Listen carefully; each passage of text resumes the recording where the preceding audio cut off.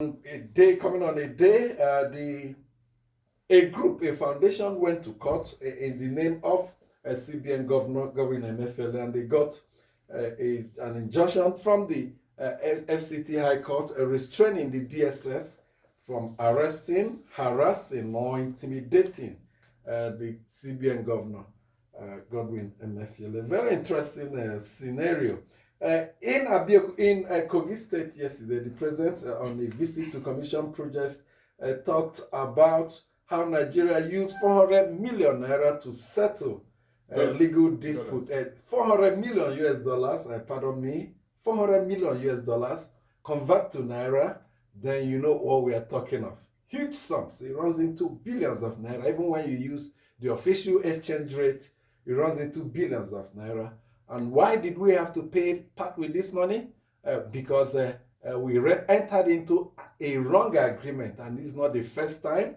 We also recall how Nigeria had to pay dearly for Azura, or the matter is still in dispute. Those that signed the Azura power deal insisting that we pay hundreds of millions of dollars for reneging on the agreement. Of course, the PIID matter is still there. Lessons for Nigeria. But let me welcome my colleagues. Tevetiav is joined by Abulo Semuagu. Amechi, good morning, and good morning, dear listener. The president spoke about the Ajakuta Steel yesterday. But let me take our listener back a little. The Ajakuta Steel was started in 1979 by President Shehu Shagari, and within 3 years of his administration, the Ajakuta Steel has reached 84% completion. And in 1994, we are told that the Ajakuta Steel had reached 98%. Today is the 30th of December 2022. The 2% has created a lot of issues to complete the Ajakuta Steel. We remember in 2020, or early, I think 2021, 2022, the government told us that the Russia-Ukraine war, 2022, they told us that the Russia-Ukraine war has created an issue with the process of completing the Ajakuta Steel, and thereby government invited a British company to take over the process. Now, all these issues, even from the Obasanjo era in 1999 to this time, the Ajakuta Steel has been in every budgetary allocation. This government comes in, we are working to complete it. 2%, dear listener, is 2% we are talking about. As at 1994, Ajakuta Steel has reached 98%.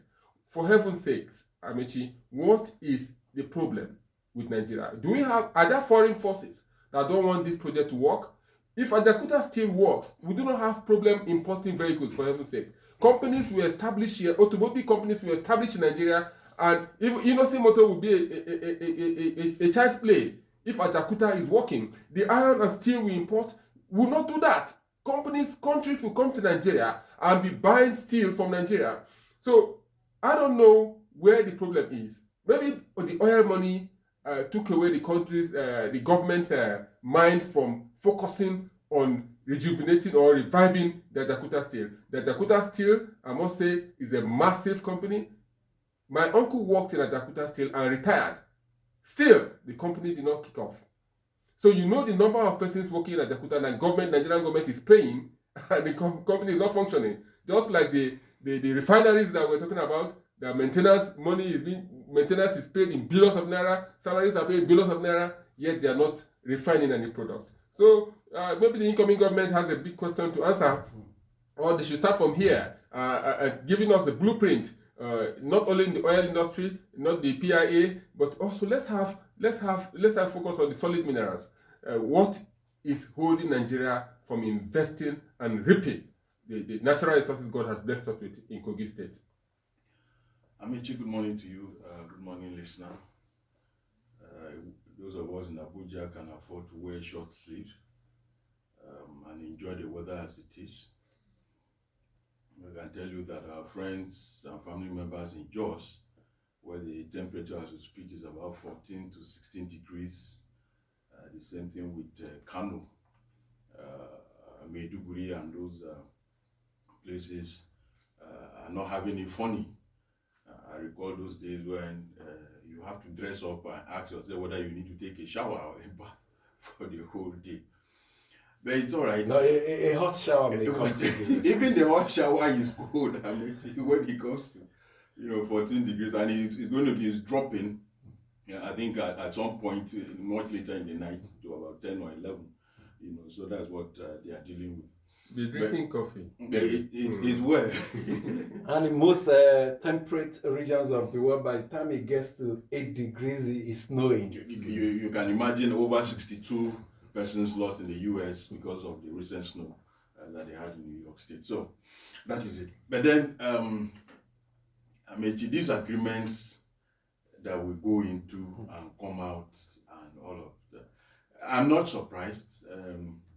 Buhari administration will even tell you, yes, at least with the $400 million, Nigeria can move forward with the Ajaokuta steel, going by what tied it down and all of that. But he said the plant is now ready for concessioning, as it were. So we've heard so many stories about it. I recall that has been a campaign issue over time for several years.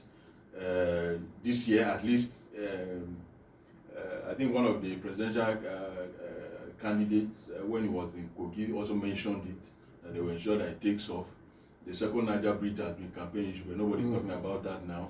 It's PIB campaign issue, several things. But over time, we are dealing with these things as we go.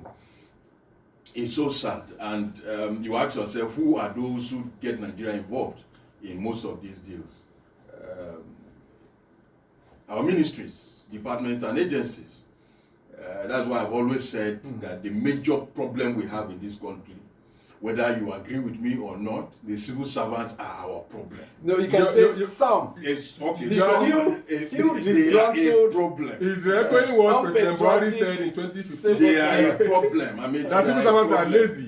They are a problem. And he got a lot of backlash there. yes, there are some exceptional civil servants. Not- Those ones, I obviously. understand what you mean. Those ones you say are a problem are just the minority. And they are of the top echelon, they are the ones who make the decisions. And these other junior ones that are coming are just marking and waiting for their time. When they get to that place, very few Now, of them are exemplary. if we have an agreement with a foreign firm, I've forgotten the name of that foreign firm, for them to take over Ajaokuta Steel Company.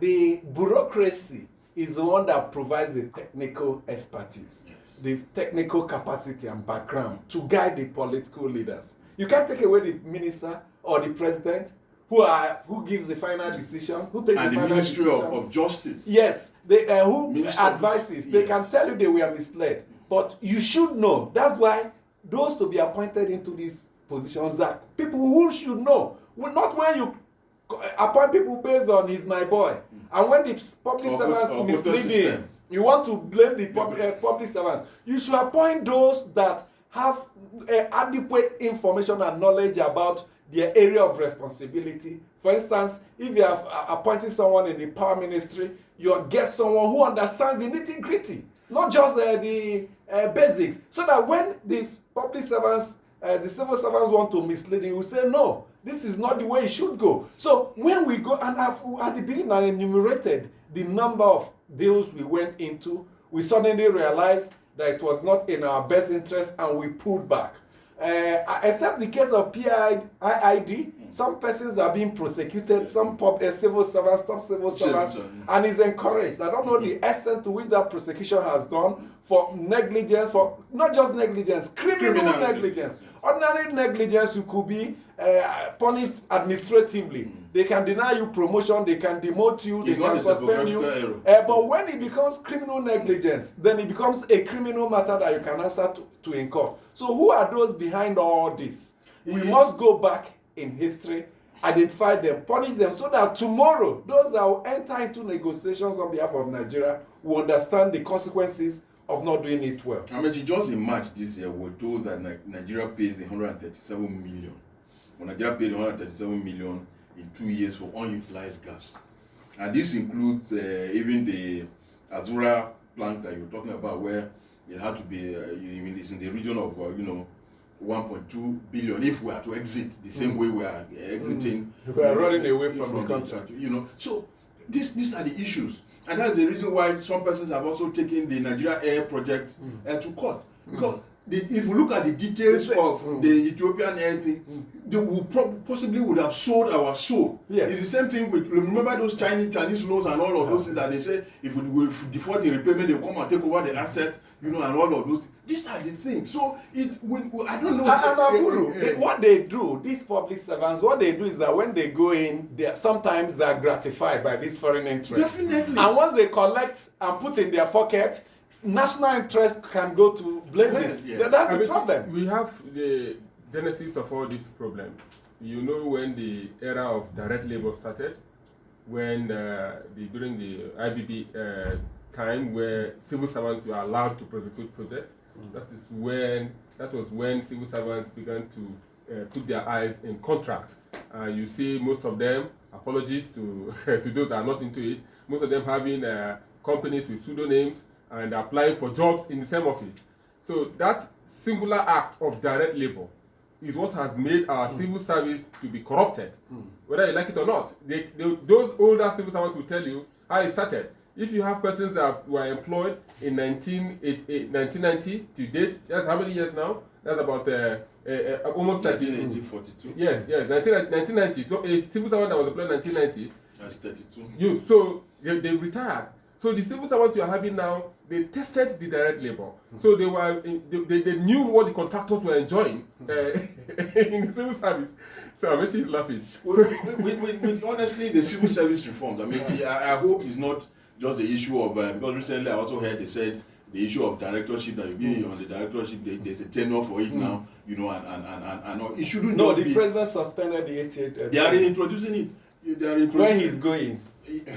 No, are they reintroducing it, or they are saying that you cannot stay more than 2 tenure or stay more than 2 years, 4 years, 8 years. I put together at whatever it is, they are reintroducing. So they will retire you compulsorily, or if you have not reached the age of retirement. So because beyond those, there's a lot of trouble. Most of the directors feel they are qualified to write the permanent secretary examination. So there are some directors even took the head of service to court last time that they are due for to write the exam and they were denied. So maybe that's why they are considering introducing. So beyond these elementary issues of the number of years you stay on the position, you know, and all of that, we need, if we can get the civil service right. It's the same human beings that produce these budgets that we've been talking about every day. It's the same people. It's the same people that implement this. Until we get the civil service right, I mean, we'll just be talking and even blaming the political class. Because when you are appointed and you get into this office, they monitor your body language, you know, and they this is how we do it. But if they see your body language is the one that abhors deals, they will fall in line. But when you're giving them signs that you're ready for deal, they will key in. So the political leaders also play a great role. But if they will always tell you the barracks will remain. So these are the same, because the same political leader you're talking about will leave that office the next minute.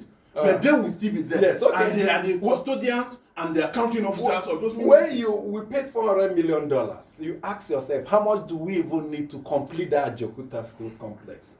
If you times based on official exchange rate, that's 180 billion naira. If you use parallel, double of that. Now we're celebrating that we paid off the 400 million, so that those we wrongly entered into a contractual agreement will leave us angry away, smiling to their banks. Well, are we celebrating those that signed this agreement? Where are they? Are they also chilling off, smiling to their banks with whatever proceed they got from that deal? Have we identified those responsible? Have we prosecuted them? I promise you, and I can challenge you, if it is in China, if it's a Chinese public servant or a political appointee that went into this kind of agreement, and Ajaokuta is not just one, there are 3 of them that are running to hundreds of millions of dollars, you know the punishment. Execution, they will execute you when they find you guilty. Amechi, let me drift a little. This is a problem that we're having with indigenous contractors in Nigeria. There are a lot of contractors that enter into agreement with government, and at the end of the day, the agreement, the contract will go sour, and they will not be paid anything. There's what they call what they call incident levy or fee. A contractor that has entered into agreement with the government firm, it should be paid if the contract fails. Just like government is paying these other contractors in a Ajaokuta issue, contractors are there. The local ones. Local ones. You should, So there are so many of if them. government can pay international contractors for contract failure, your local contractors They should pay pay. them. That's why if you check our But do they annual pay them? budgets, you see But they contractors pay. they've been protesting, If- federal contractors have been protesting. You have to protest and block access to the office before they remember they will pay you. If you go to the annual budget of Ministry of Budget, there is a provision for payment of judgment debts. Exactly. Because of the violations of the law, infringement of rights of corporate organizations and individuals, it runs into billions of naira. And we happily pay them every year. And those that cause Those, are promoted in service. Let's quickly observe a break. When we come back, your mails and more of other pertinent issues. Stay with us.